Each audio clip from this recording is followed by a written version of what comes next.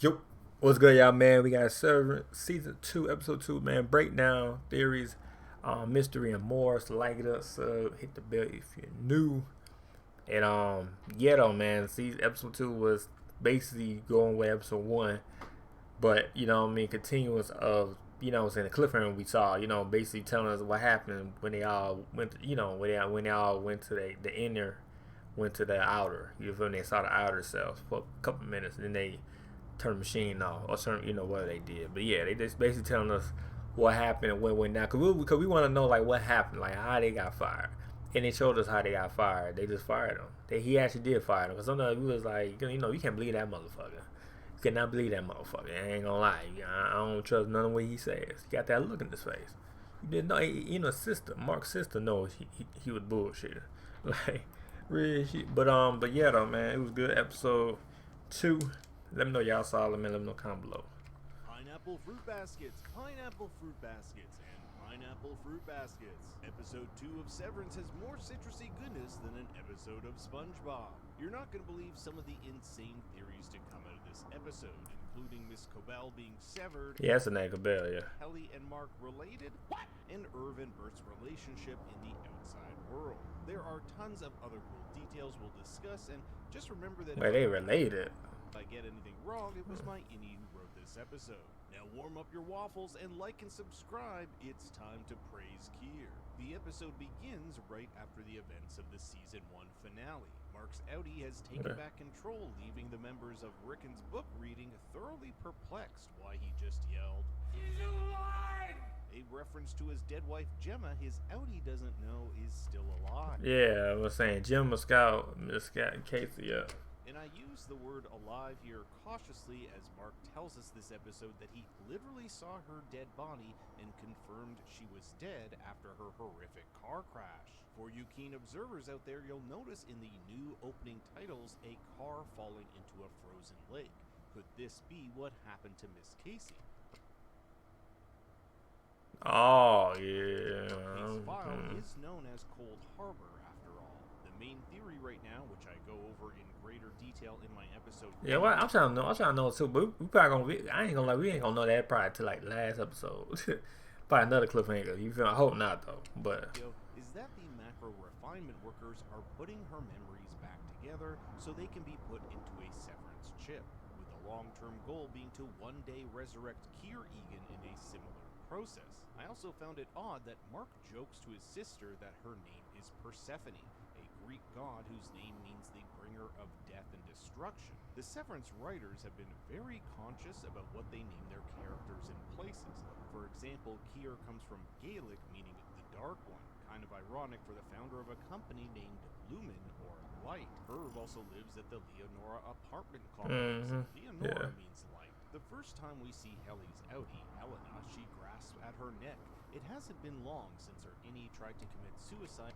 Oh, yeah, true, yeah. By hanging, and her outburst at the Friends of Lumen Gala is another way her innie tried to sabotage her. Her father and current head of Lumen, James Egan, chastises her, saying, "Fetid moppet," which basically is another word for stinky child. He gazes upon... I was like, I don't know what the fuck he said. I'm like, what? I'm like, I know he was pissed off, but I'm like, damn, he said that. I don't know what the fuck that is, so it means, okay.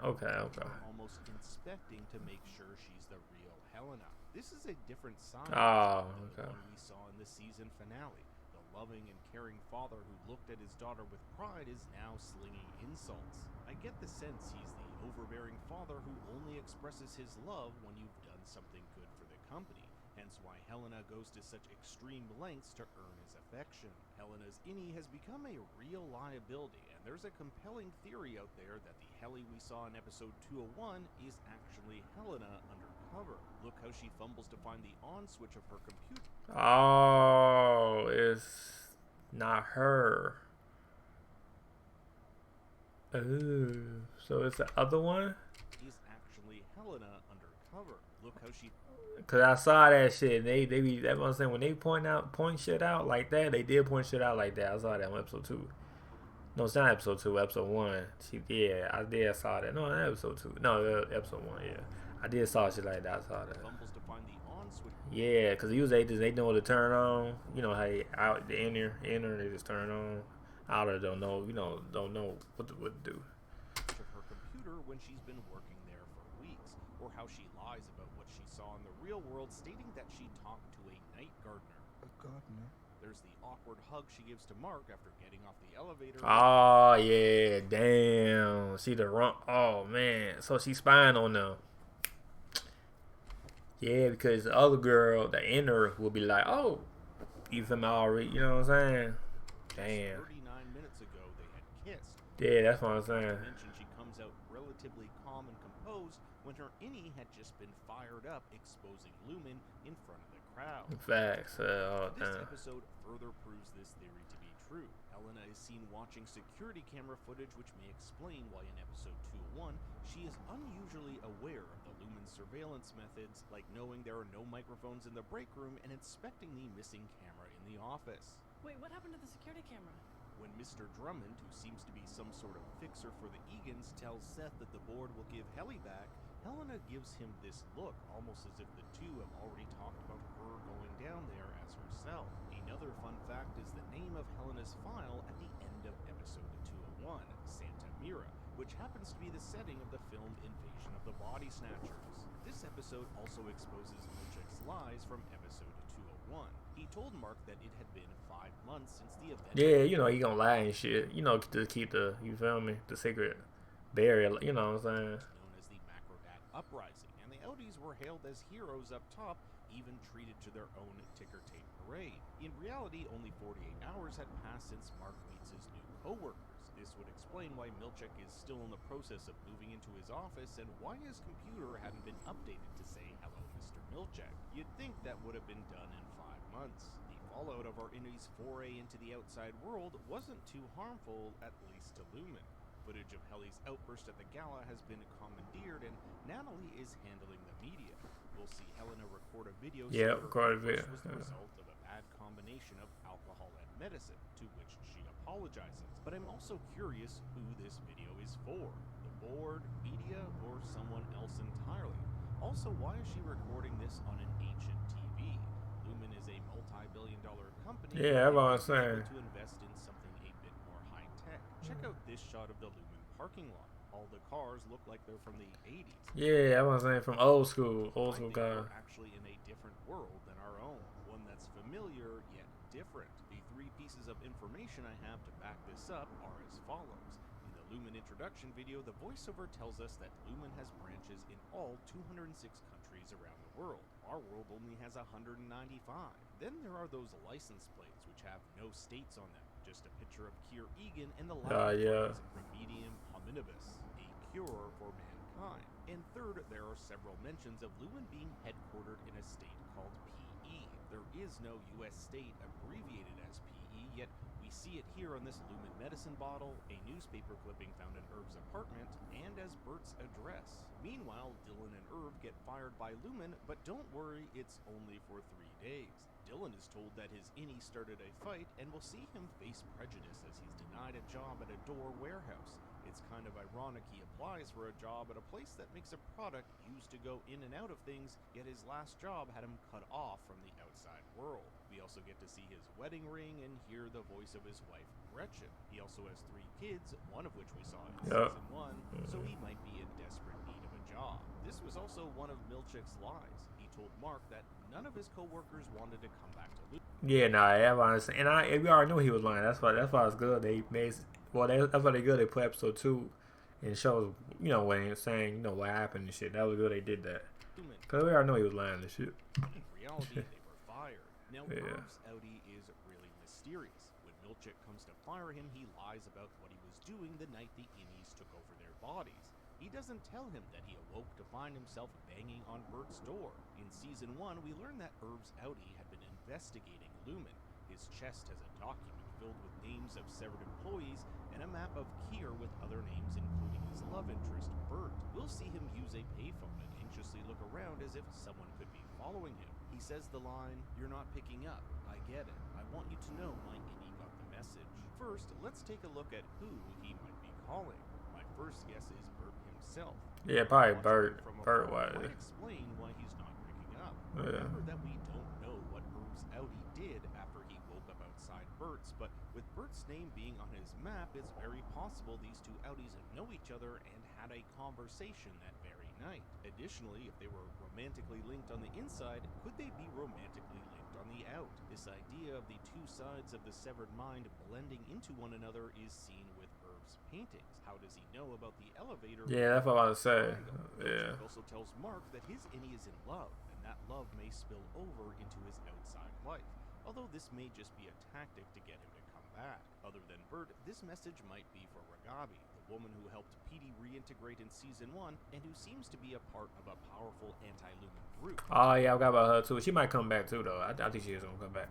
I don't know, but she might. In my 3rd and 4th place rankings of who this could be is Petey himself and Cobell. Whoever it is, it's most likely someone who wants to take Lumen down. But what did Irv mean by saying, "I want you to know my innie got the message"? What is this message? Since only Irv knows his body was taken over by his innie, it would mean his innie has learned that Lumen isn't what it's cracked up to be.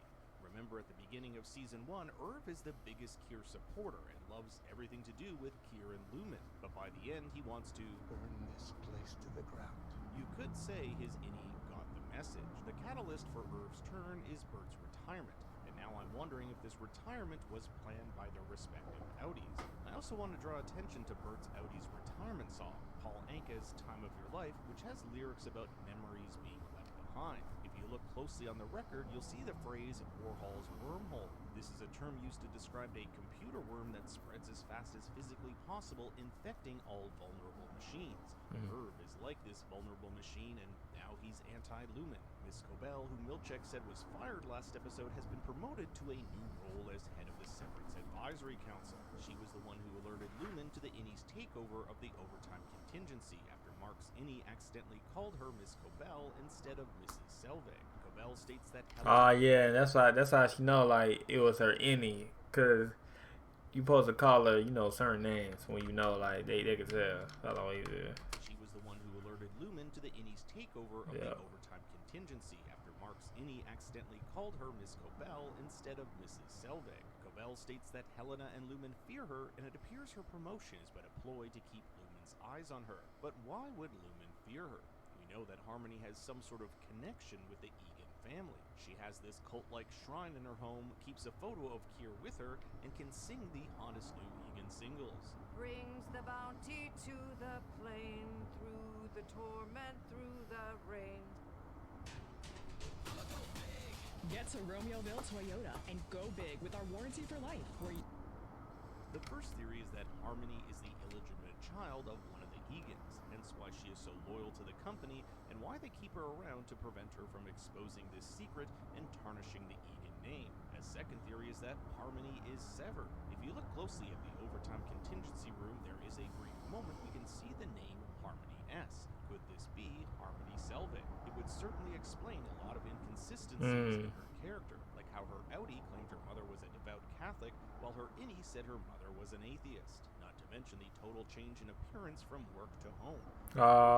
So she got her own stuff. While at home, it's almost childlike, with pigtails and white nightgown. In episode 106, we'll see Cobell put on a severed chip necklace. There's even a theory out there that Mark is Cobell's son, and it's possible she herself may not even know it. It would explain why she has this strange connection with him, keeps an eye on him next door, and even makes him cookies. In Season 1, Devin met the senator's wife at the birthing center who, a few days after giving birth, didn't even remember her. Theoretically, she could have been severed the entire duration of the pregnancy, and if this is possible, it could mean a severed person could have a baby and not even know it. If Mark is part Egan, it may explain why Helena was so shocked to see him and Helly kiss. It would kind of be like kissing a relative, and incest isn't something foreign to the Egan family. In the Lumen Handbook, found in episode 108, there is mention of the, quote, close biological relationship betwixt Kier's father and mother.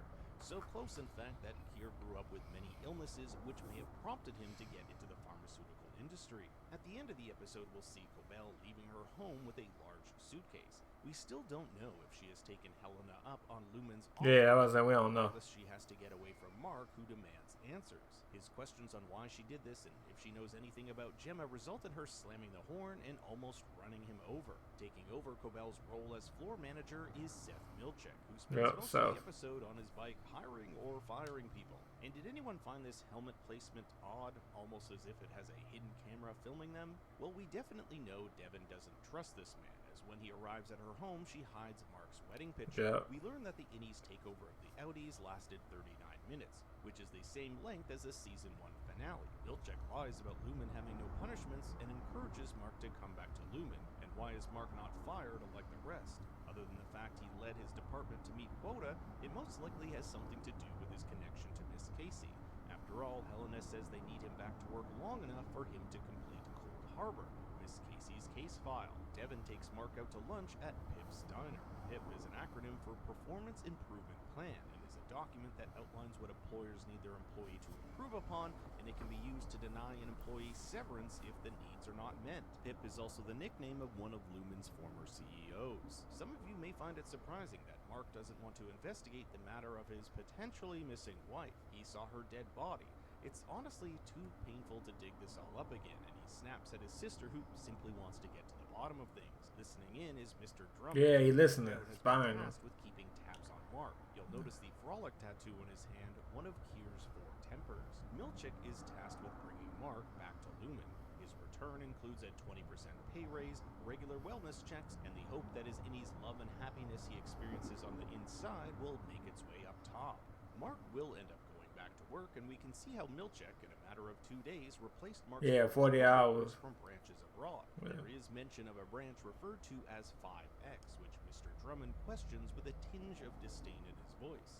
Maybe this has something to do with Mark W's admission that his branch was never able to meet quota. Some of you may have noticed a weird time discrepancy with Mark going into and out of the elevators.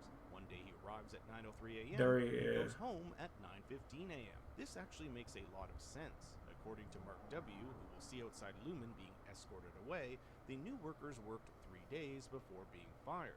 Now let's track these 3 days with Mark. Day 1, Mark arrives at 9:04 a.m. and leaves at 5:12. Day 2, we don't see the time of Mark's arrival, but we do hear the security guard wish him a good morning, with his departure time being 5:20 p.m. Now day 3 is different. Mark arrives at 9:03 and goes home 12 minutes later at 9:15. This is the day we saw in episode 201 where he tries contacting the board and is escorted out by Milchek. Yeah. You can see the clock behind Milchek read 9:15, the same as the time on the Yeah. outside. So the next day we find Mark's new workers have been fired, and Dylan, Irv, and Helena, have been reinstated. Some of you may be wondering about the new intro title sequence, and I'll be coming out with a separate video analyzing that soon.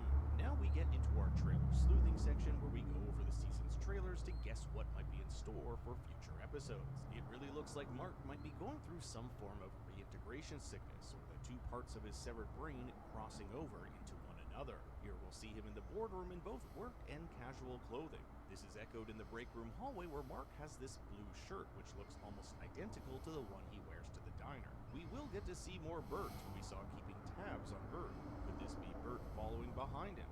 And Irv also gets a frightening melon party. Cobell in a creepy underground tunnel. I wonder if this is part of her new job. Mark and the Innies make missing posters for Miss Casey, and even try to recruit other departments like the one in charge of the goats. We'll see flashbacks of her and Mark, as well as this image, which may or not be some sort of vision. Things are going to get awkward because later on we'll see Mark intimate with Helly, or Helena. Here's Mark at an Asian restaurant, and is that Helena in the background? To my knowledge, he and Helena have never met in the outside world. An even bigger goat department here, and we'll see Mark try to recruit these members in his search for Miss Casey. I say if we haven't learned what these goats represent by episode 3 this season, I'll probably come out and do an entire video just on the different theories of what these goats could mean. There's also some sort of outside element. Yeah, I saw that. Who I imagine to be our Audis working together in these almost Russian-inspired winter coats. Milchek even has his own, but all in white. Ragabi returns, so expect more outside. Yeah, I was wondering like where she gonna be at, but I kind of figured that out. Lumen asserted onto our Audis. But now I turn it over to you. What do you think will happen next? I want to hear your thoughts and theories in the comments below. Thanks for watching. But yeah, it's getting good though, man. It's getting good. Fuck with it, man. So episode 3 coming out Thursday. But yeah, let me know how y'all like it on episode 2. Let me know how y'all like it, man. Like it, sub. Yeah, alright. Peace.